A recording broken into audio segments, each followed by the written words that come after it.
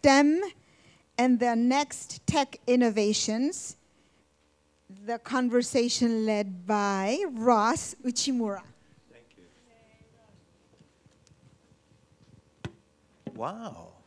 It's like Patty Chang and Joanne Hayes White and awesome, really inspirational women. Charlie, Julianne, my gosh.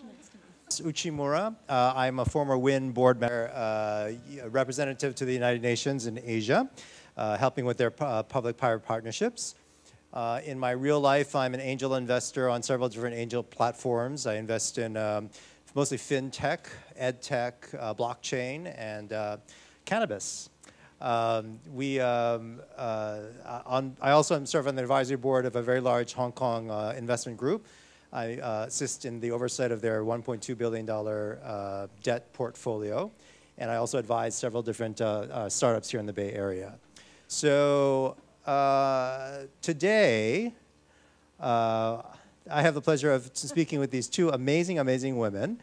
You've already met Ileana Winterhalter from AT&T and is Associate Director at AT&T.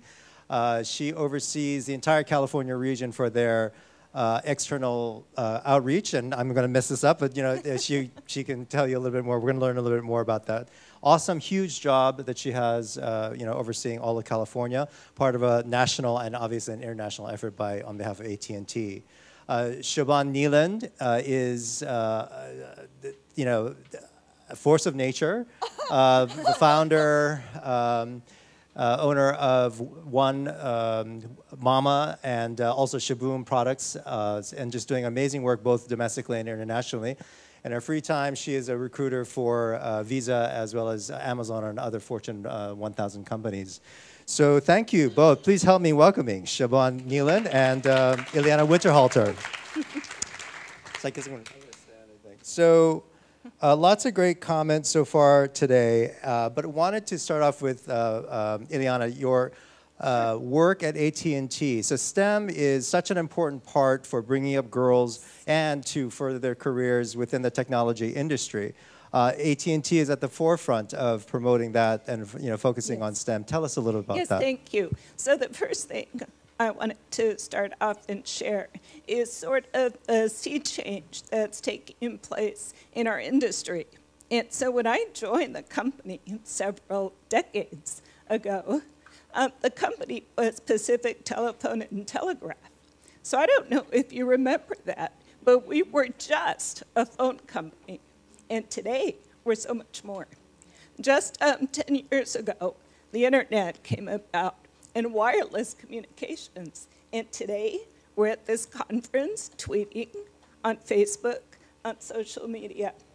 So, as a tech company and an innovator of communications technologies, STEM education is critically important for AT&T, enterprise-wise and selfishly, because we want to make sure that we've got a pool of candidates that we can hire. So it's hugely important for us. The other thing that I wanted to share with people today is that women and girls and minorities are not going into the STEM fields. And that's where the money's at. Everything we talked about today, technology runs through like a thread.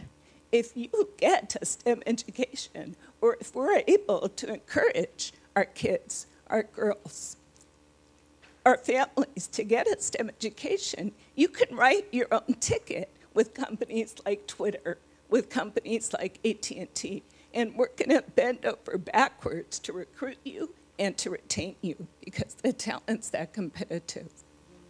Thank you. So speaking about recruitment, you're very familiar, Siobhan, you're very familiar with the recruitment issue.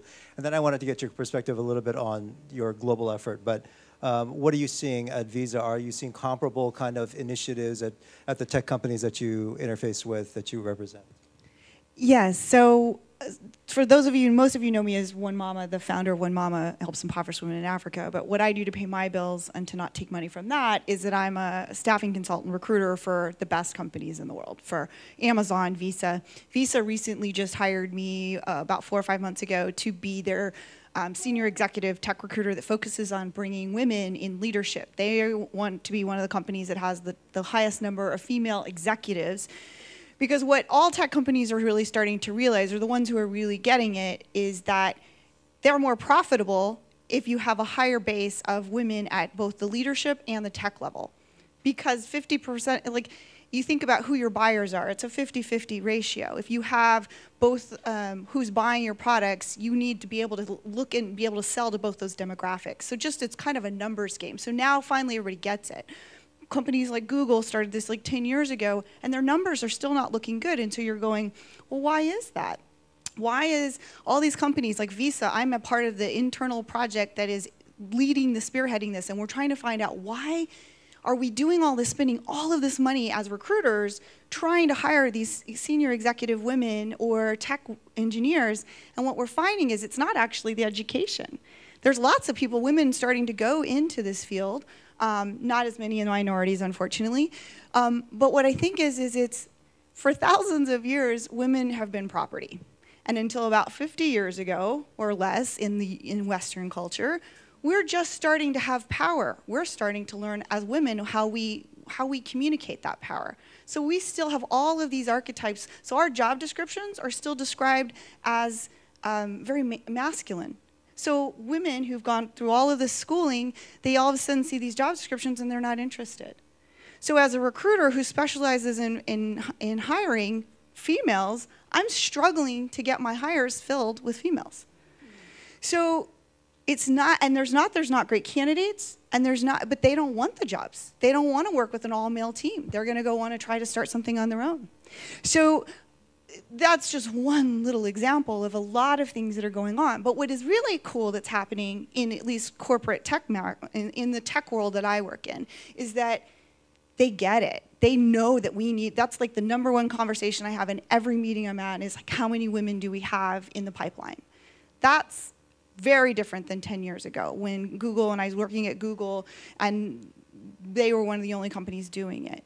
Now what needs to happen, I think, in my perspective, is that it's actually, there's a different kind of education, which he and I were talking about on the break, which is a cultural education. We as women need to educate each other about sort of self-esteem. It's the very same thing I have to teach to my community in Uganda about how am I worthy to accept this kind of position? How do I, like she said, I can talk about another woman and say how great she is, but how come I can't say? I think the only reason that partly I'm successful as a woman in business is that I made a decision as a little girl it wasn't safe to be a woman, so I act like a man. And so I act and say things in business like a man would say it. And I think that's done me well, obviously, in business, but I don't know if I'm necessarily always the best role model because I've been trying to bring in more of my feminine in how I communicate in the world, and I bring more of my jewelry when I come to the office, right? So I think these are those cultural things that we have to talk about. Extremely good point, and it's kind of dovetails into all the comments, a lot of the comments that we've been hearing today.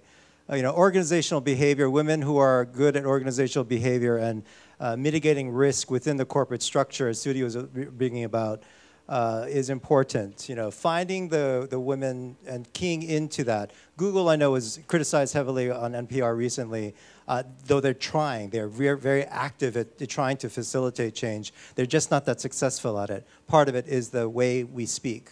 I think it was Grace, our high school student earlier, was bringing up how can we change the way we speak within a corporation, the way men speak to women within a business setting, the way women speak to men in a business setting. And it goes back to that self-esteem. It goes back to being historically property owned versus having your own voice. Your voice belongs to somebody else. AT&T, what does AT&T look at? Do you have programs that kind of, have a more round out the hiring, process, looking at both the person as well as obviously the skill set? Well, I think so. We talk about diversity, and a company like AT&T has been around for 100 years. So if we weren't diverse, we wouldn't be successful. Look at our state, look at our country. So I think embedded in the corporate culture is diversity. As it relates to STEM programming, AT&T is investing, we're a big company, enterprise, global, So we've invested $87 million in STEM initiatives. And we do that from everything from scholarships, of course, it makes sense, but also to elite labs, to coding hackathons, where we invite kids or adults or teenagers, any ages really, to help with the development of apps. So through the STEM Initiative program, I think we're trying to make a difference. Okay. We're also, if I can just say one more thing real quickly, because we're short on time. So the AT&T Aspire program is all about keeping kids in school, K through 12. You might have heard of Aspire. Aspire was the brainchild of our chairman, Randall Stevenson. And so over the last 5 years, we've invested $350 million in Aspire. And so those are programs geared to either keep kids in school or help them be college prep. Bravo. And so we're pretty proud of that. No, absolutely, bravo. That's essential. Julianne was bringing up her comment earlier about the global nature of the work here at Women's Intercultural Network. The calling of the circles, I think we have Iranian Circle here today. You know, we're blessed with that. We've done great work in Uganda. You also, Shaban, have you know, on the ground, boots on the ground work helping women there. What do you see that we can learn? So when we went to Uganda, we learned so much more from the Ugandans than what we thought. You know, Americans, we suffer from hubris. We think we can tell them what to do, but you know, thankfully, we learned so much more. What has your experience been there with regard to? I mean, is STEM education a big part of all? I mean, you know, or is it? Well, yeah, I think learning so much more from them. One of the things I think for onemama.org or why we've been successful is I started asking, what do you need, what do you want, versus let me tell you what you should do, which is a very American cultural trait that somehow I didn't do. And they teach me a lot about how to learn and how to listen. And also, there's something that we have here in the US that, like, I was poor. I was very poor. I was raised with no running water, electricity, which you don't usually see with a blonde girl with blue eyes, right? But so I know poor. But what I did have is I had the American dream in the back of my head, and I was telling my village, we can do this. I was so excited. I'm going to start One Mama. We're going to build this thing. And they just looked at me and they're like, well, we don't believe we can do that. And they didn't have the American dream in their head. Now, there's a lot of things about America that may or may not like, but this is something, we have something, there's this ingrained hope here. And I think that's something that a lot of other places don't have. And I feel like that's the cultural training that I feel like the cooperative education that we can actually offer. They also can offer how to be joyful in any situation where we have lost that a lot of times. So I think those are from a cross-generation, those are those things of like, how do we, here's what I have to offer, here's what you have to offer, how do I give and receive? That's part of our One Mama motto, like just also listening, being present. How do we support each other through that?